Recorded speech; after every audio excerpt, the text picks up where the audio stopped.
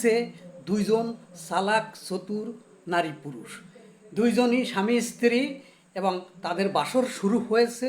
হওয়ার পরে এখন স্বামী বলতিছে, ওগো বধূ, তুমি আমার পাশে এসে বসো, আমি তোমাকে পেয়ে অনেক খুশি হয়েছি।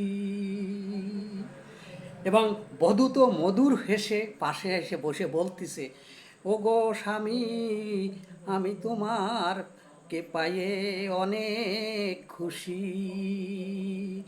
ওগো স্বামী, তুমি অনেক দামি।